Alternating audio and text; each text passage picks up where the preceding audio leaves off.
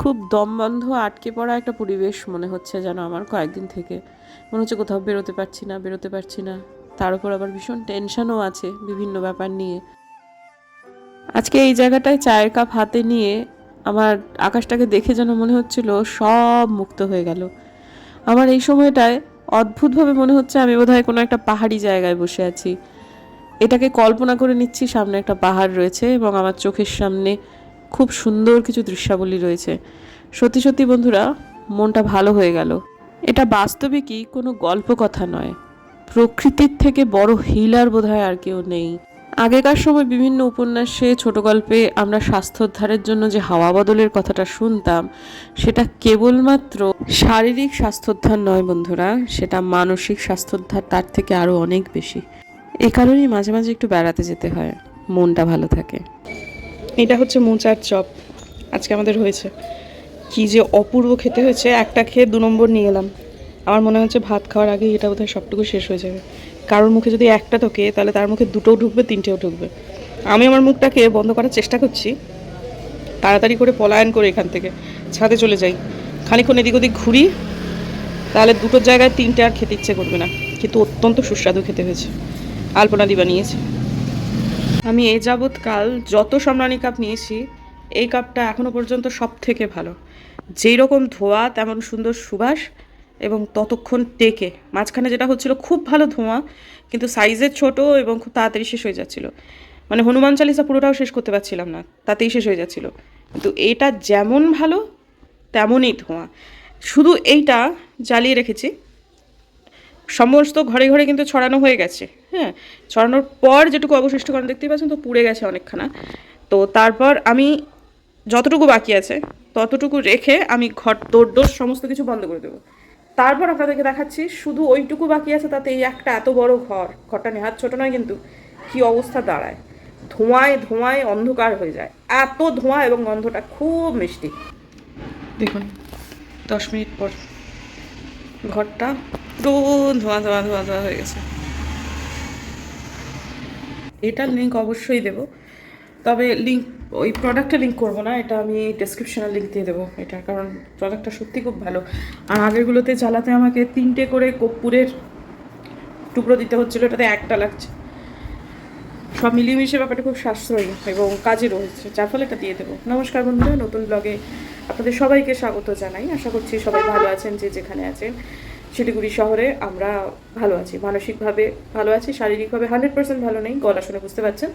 তবে এগুলো তো এখন আবহাওয়া পরিবর্তনের সময় ঘরে ঘরে হচ্ছে, তেমন এই নাকটা বন্ধ ছাড়া অন্য কোনো অসুবিধে নেই। হাঁচি হচ্ছে বারে বারে, ব্যাস এইটুকুই। তারপরে শরীরে ব্যথা, জ্বর এসছে সেরকমটা নয়, ব্যাস এইটুকুই। কাজেই বলা যেতে পারে ভালোই আছি সব কিছু মিলিয়ে মিশিয়ে। আর এটা এখন আমারও হয়েছে, টুপুরেরও হয়েছে, বুম্বাদার তো আগেই হয়েছিল, ওর থেকেই হয়েছে সবার আর কি। তার মধ্যে আবার খবর পেলাম কুমার শানুর ছেলের নাকি হয়েছে করোনা। যেটা শুনে খারাপই লাগছে। এই অবস্থায় বাইরে বেরোনোটা উচিত নয়, কিছুই না, সবাই বেরোচ্ছে এখন, তো ঘরে ঘরে জিনিস, একটু মাস্ক পরে বেরোতে হবে এই আর কি।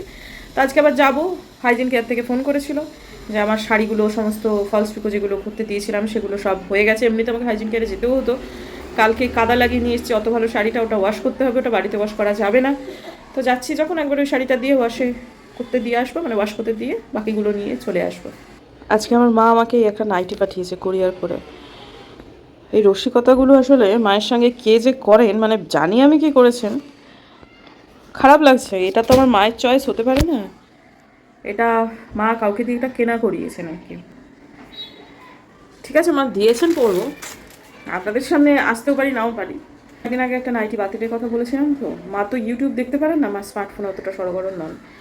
তা ওই তার পরিপ্রেক্ষিতে কেউ বা মাকে গিয়ে একটু বলেছে যে দিদিমণি আপনার মেয়ে সব জিনিসপত্র বাতিল করছে, তার কিছু কিনছে টিনছে না, মানে ওই আর কি একটু ভুল বুঝিয়েছে মাকে আর কি। তা মা তাতে করে সেটা শুনে খারাপ লেগেছে, আমাকে বলছিল যে তুই নাকি নাইটি নাইটি বাতিল করছিস, নতুন কিছু কেন তাহলে। আমার মা অনেক আছে, হ্যাঁ তুই তো অনেক বছর ধরেই বলে যাচ্ছিস অনেক আছে অনেক আছে। তো যাই হোক, ঠিক আছে, এটা পাঠিয়েছে, কি বলবো আর।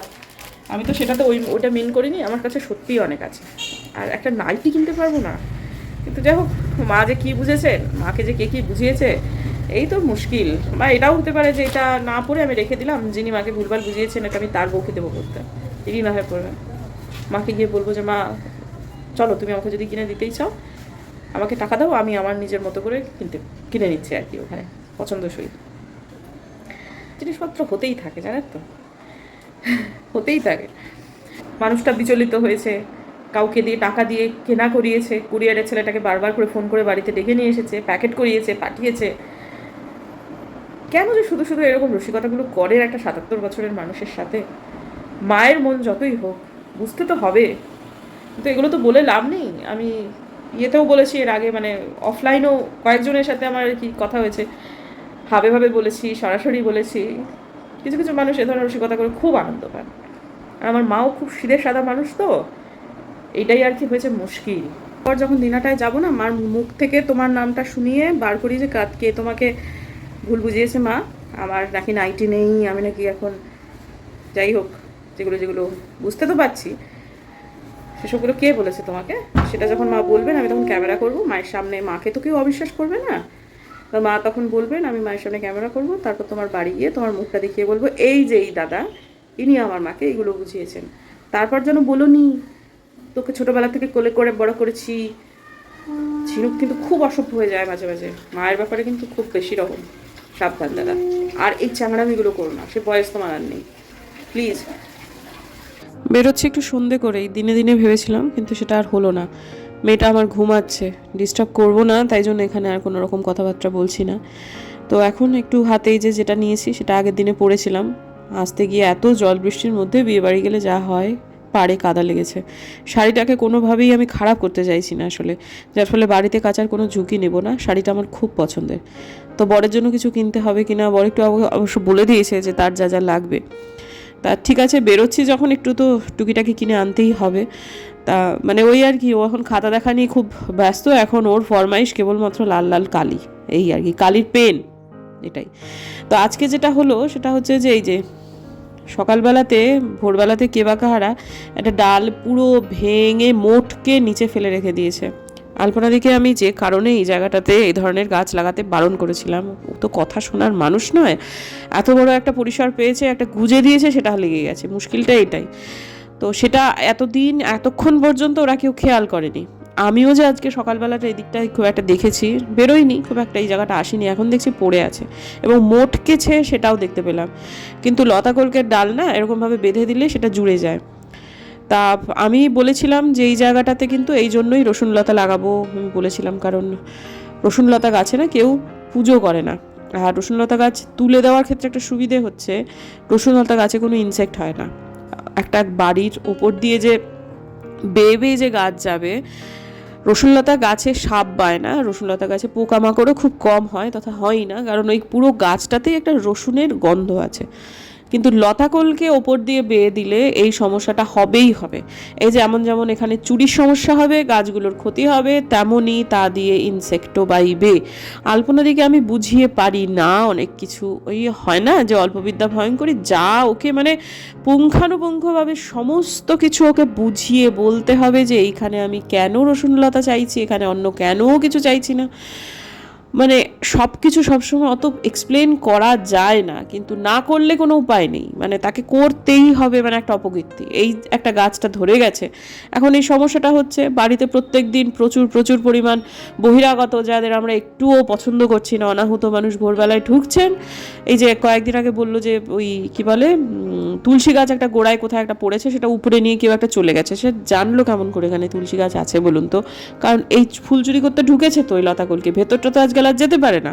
এখন যেটা করতে হবে, এই গাছটাকে টেনে এখান থেকে তুলতে হবে শেকড় সমেত, লতাকলকে অন্য জায়গায় একটা লাগাতে হবে। কিন্তু সেটা কিন্তু বাড়ি দিয়ে বাইয়ে দিলে লতাকলকে চলবে না। আবারও বলছি, আমাদের সেফটির একটা ব্যাপার আছে। লতাকলকে গাছ দিয়ে কিন্তু ইনসেক্ট ঘোরাফেরা করে, এটাকে অন্য কোথাও একটা বাউনি দিয়ে দিতে হবে। কিন্তু আপাতত যেটা আছে সেটা চলুক। দেখতে খুবই সুন্দর লাগে, এটাতে কোনো সন্দেহ নেই বন্ধু, কিন্তু অনেক ব্যাপারই ভাবতে হবে। শুধু সৌন্দর্যায়নের কথা তো ভাবলে চলবে না, অনেক কিছুই ভাবনার আছে। তাই হোক, হাতিমোড়ে পৌঁছে গেলাম, জিনিসপত্র নিয়ে নিলাম। আর এই জায়গাটাতে দেখুন একটা ওই তেলে ভাজার দোকান, সেটা সন্ধে হলে কী পরিমাণ ভিড় হয়। আর আমি অনেকগুলো শাড়ি নিয়ে ভেবেছিলাম ফেরারটা হচ্ছে রিক্সা করব, কিন্তু ঠিক আছে হাঁটতে হাঁটতে পারি কিনা দেখি। প্রচণ্ড ভারী হয়ে গেছে আর ব্যাগটা আমার হাইট অনুযায়ী অনেকটা বড়, যার ফলে এরকম ঝুলিয়ে ঝুলিয়ে আনতে হচ্ছে হাতে, কারণ আমি নর্মাল করে ধরে ঝোলালে আমার ব্যাগটা মাটিতে ঠেকে যাচ্ছে, সেজন্য এরকম হাত ভাঁজ করে নিয়ে আসতে একটু অসুবিধাই হলো বটে, কারণ হাতটা খুব ভারী হয়ে গেছিলো। কিন্তু ঠিক আছে, কি আর করা যাবে, হয়ে গেল।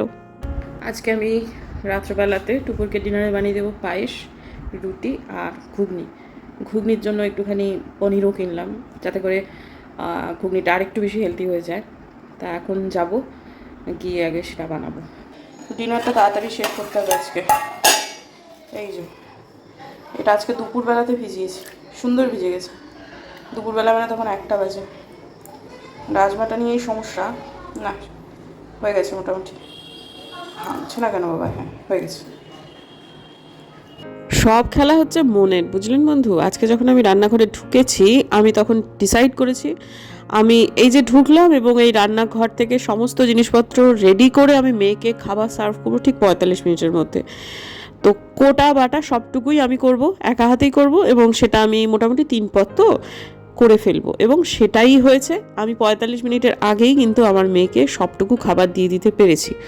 যারা নিয়মিত রান্নাবান্না করেন তারা হয়তো ভাবছেন যে ব্যাপারটা তেমন কিছুই না, বাস্তবেই তাই। মানুষ করতে করতেই সেটা অভ্যাসে পরিণত হয়। সত্যি সত্যি ব্যাপারটা তেমন কিছু নয়, কিন্তু যাদের রোজকার রান্নার অভ্যাস নেই তাদের জন্য বিষয়টা খুব যে একটা সহজ জলবৎ তরলম ব্যাপারটা সেটা নয়। তো যাই হোক, ঠিক আছে, আজকে আমি করতে পেরেছি, কারণ আমি মনে মনে সেটা ঠিক করেছিলাম, এবং আমি যে দেখেছি যেটা আমরা মনে মনে ভাবি, মন থেকে যেটা চাইবো সেটা আমরা পাবোই পাবো। তো ঘি দিয়েই করব, এবং একটা ঢপের চপ ঘিয়ের নাম ঝর্ণা ঘি, একেবারে কোনো গন্ধ নেই। কিছুদিন আগে পর্যন্ত রোজিয়ারের ঘিটা নিয়ে এসেছিলাম, কিন্তু ওটা অ্যামাজন ছাড়া ওটা কিছুতেই পাওয়া যায় না। মাঝখানে আমি বরসির ঘিটা এনেছিলাম, ওটা ব্লিঙ্কিট করলে পাওয়া যায়। তো একবার একটু ভাবলাম যে দেখি ভালো করে যদি একটু আরেকটু বেশি দামি ঘি, যেটাকে একটু ঘি বলে, তা নিয়েছিলাম রোজিয়ারের ঘিটা, শেষ হয়ে গেছে। ভাবতে পারছেন, রোজিয়ারের ঘির বদলে ঝর্ণা ঘি এনেছি আমি। মানে এবারে ওই ইয়েতে গিয়ে, আরামবাগে গিয়ে মনে হলো যে এটা ওই খাবারের মাঝে মাঝে একটু ছড়া টড়া দিতে হয়, তো শেষে তো ওইটাই দেখি রোজিয়ারের ঘিটা শেষ হয়ে গেছে। আবার আমাকে অর্ডার করতে হবে, আমাকে বরসি আপাতত। আমি ভেবেছিলাম যে ঠিক আছে ওটা অর্ডার করলে একটু আসতে টাইম লাগে, তো তা ঠিক আছে, একটা যখন অর্ডার করা হয়েছে কটা দিন বাদে আসবে, আর খুব তাড়াতাড়িও আসে না এই ঘিটা আমাদের শিলিগুড়িতে, তা মানে অ্যামাজনে অর্ডার করলে আর কি।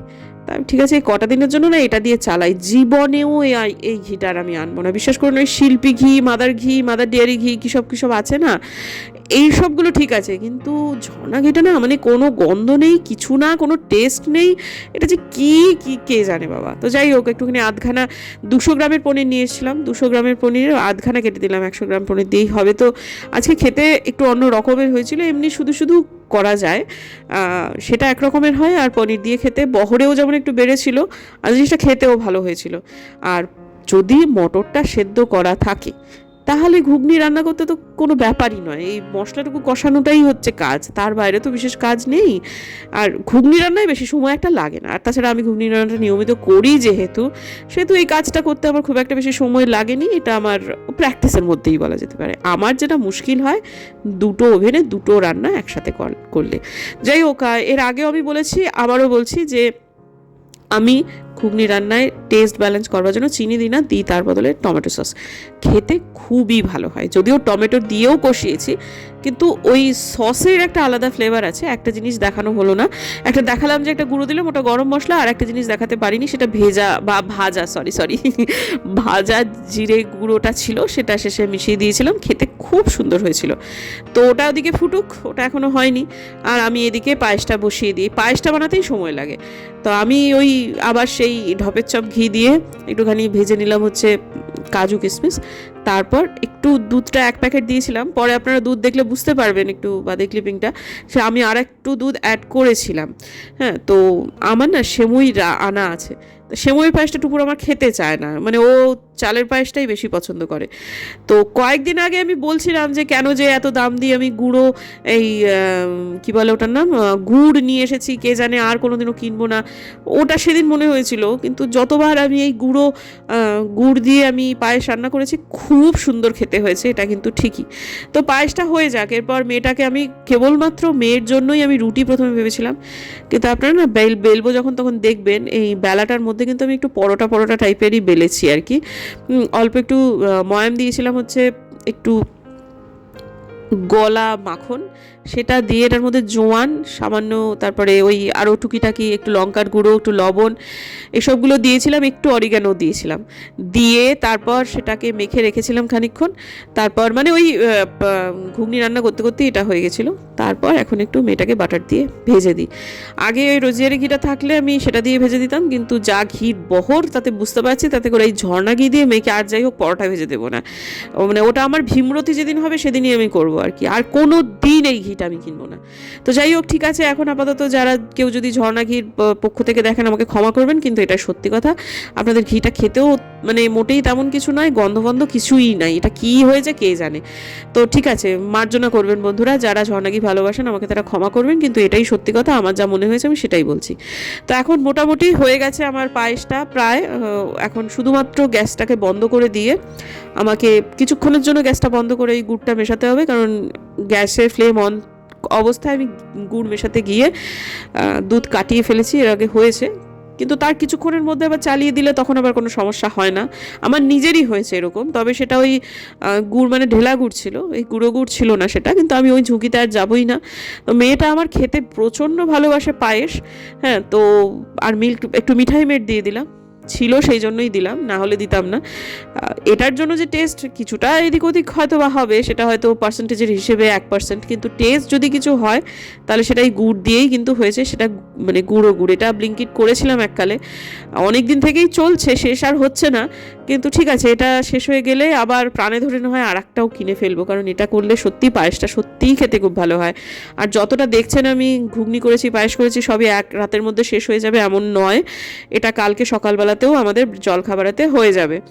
আর কালকে সকালে যখন খেয়েছি, পরে ভয়েস দিচ্ছি, তো ওরে বাপরে কি টেস্ট হয়েছে পায়েসটা, পুরো আইসক্রিমের মতো খেতে লাগছিল, মানে ঠান্ডা হয়ে যাওয়ার পর যে এত ভালো লাগছিল। আমার শ্বশুরমশাই খুব পছন্দ করেছেন, রাত্রেবেলা ওনার খাওয়া এই সময়টা হয়ে গেছে, তাই রাত্রেবেলা ওনাকে দেওয়া হয়নি।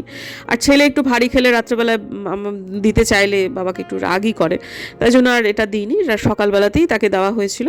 ঘুগনি পায়েস সবটাকুই উনি খুব এনজয় করেছেন। আর এত পরিজুত করে রান্নাবান্না করা তো যারা ভালোবাসি যাদের, তাদের জন্যই মেয়েটা আমার আজকে খুব আনন্দ করে খেয়েছে, সেজন্য খুব খুশি হয়েছি। রুটি বলছিল খাবো না, পরোটা থেকে আবার খুব খুশিও হয়েছে আর কি। ওই আর কি, যাও মুখে বলে এটা খাবো না, সেটা অনেক সময় করে দিলে ওই আর কি, পেটে খিদে মুখে লাজ তো। তা এই যে এটা হচ্ছে আজকে দিনে আমার মেয়ের ডিনার। যদিও আমাদের কিন্তু ভাত আছে, আমরা কিন্তু আজকে পরোটা সব কিচ্ছু খাবো না, আমাদের ভাত আছে, এগুলো দিয়ে আমরা ভাত দিয়েই খাবো। আর মূলত এটা কালকে সকালের জন্যই থাকুক, আর শুধু রান্না করলেই হবে? বাসনপত্র এত স্তূপ হয়ে গেল, সেগুলো তো মাজতে হবে, তাই না? যাই হোক, সব কিছু মেজে টেজে নিয়ে তারপর আসছি আপনাদের সামনে।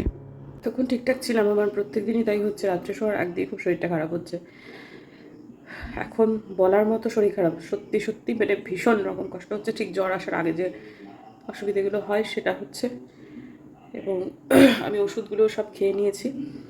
এবার আমি আমি জানি না সত্যি কতক্ষণের ভিডিও হলো, কি বৃত্তান্ত কিচ্ছু জানি না, কিন্তু আমার শরীরটা ভালো লাগছে না, এই আর কি। হয়তো কিছুক্ষণের মধ্যে ওষুধের এফেক্ট করবে, কিন্তু ঠিক আছে, আজকের দিনে ব্লগটাকে আর খুব একটা বড় করছি না, একটা টানা ঘুম দিলে আশা করছি আমি এখন অনেকটাই সেরে উঠবো। তো চলুন বন্ধুরা, দেখা হচ্ছে কালকে একটা নতুন ব্লগে। যদি আমার ভিডিও ভালো লাগে সাবস্ক্রাইব করবেন, পাশে নোটিফিকেশন বেলটাকে অন করবেন, যাতে ভিডিও দিলেই নোটিফিকেশন চলে যায় আপনাদের কাছে। দেখা হচ্ছে আগামীকাল, ততক্ষণ